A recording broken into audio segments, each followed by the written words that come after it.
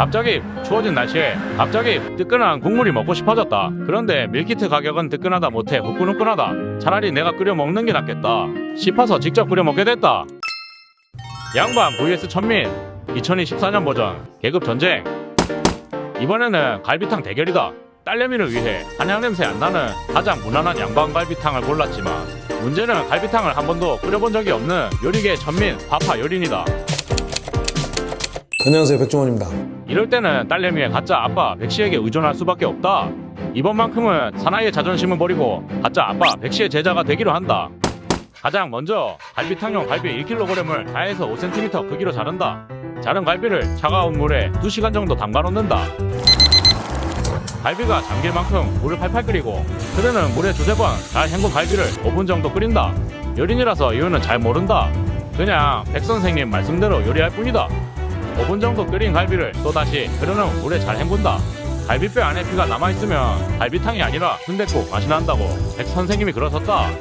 깨끗이 씻은 냄비에 깨끗이 씻은 갈비와 물 2리터를 넣는다. 다시마도 적당량 넣어주고 무 6분의 1개도 큼지막하게 잘라서 같이 넣는다. 대파 한 대를 크게 잘라놓고 진간장과 액젓을 섞어서 3분의 1컵 정도 넣어 간이 고기에 배게 한다. 물이 끓기 시작하면 중약불로 줄이고 1시간 반 이상을 끓여야 하지만 다시마는 10분 정도 되었을 때 꺼내고 물론 나중에 꺼내도 괜찮댔다. 무는 40분 정도 지나고 무가 익으면 꺼낸다. 다시마는 채를 썰어 나중에 고명으로 사용하고 무도 작게 잘라 나중에 고명으로 사용한다. 갈비탕 육수를 1시간 반 이상 끓인 후에 육수를 잘 짜낸 대파를 모두 꺼내고 국물이 졸기 전 아까 2리터 정도의 양으로 물을 추가해주고 소고기 다시다는 단봉지 한 50g 정도 넣어주고 백 선생님이 말하는 소소금이 뭔지 몰라서 대신 천일염으로 간을 해주고 간마늘을 채로 녹여서 마늘 향만 빼주라는데 귀찮아서 그냥 한 스푼 넣어준다. 이렇게 간을 한 상태로 기름을 걷어내며 30분 이상 끓여주면 갈비탕 완성. 모두가 알다시피 갈비탕 레시피는 집집마다 다르다. 나는 철저하게 백 선생님 가르침대로 했을 뿐이고 만약 내가 끓인 갈비탕이 맛이 없다면 나 때문이 아닌 백 선생님 때문이라는 유체이탈 화법에 변명을 해본다. 이제 무려 행사 가격 8,980원이라는 초고물가 양반 갈비탕을 끓여준다. 양도 적고 고기도 적지만 어떻게 하면 간장 색깔 나지 않는 하얀 국물이 나올까 감탄이 나오는 비주얼이다. 공정한 대결을 위한 공정한 데코를 위해 미리 뜨거운 물에 불려놓은 당면 사리도 넣고 천민이 양반을 위해 준비해놓은 무 고명, 다시마 고명도 올린 후 잘게 다진 대파로 장식을 마무리한다.